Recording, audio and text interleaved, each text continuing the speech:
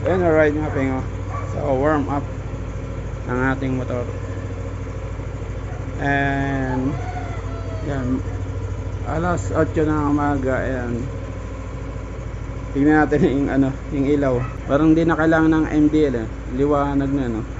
Yan, naka-low beam yan. And, yung nakailaw, yung isang projector. Yun.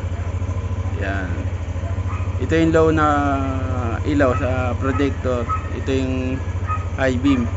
Low beam, high beam. Tapos may eye line. Yan. Kala ko nga may ilaw dito eh. Headlight. Yun pala, ito yung headlight natin. Baga ito, daytime running light lang to. Yan sa gilid. High beam natin. Yan ang low beam. Then i-high beam natin. Iilaw yan. Nangyayari parang kwadrado lang yan. Mamatang sa taas.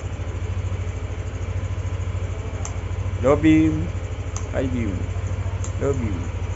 Liwanag yun. Check natin yung pindutin natin to. Check ko yung coolant kung ilan temperature.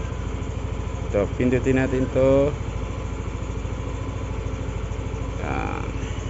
Yes.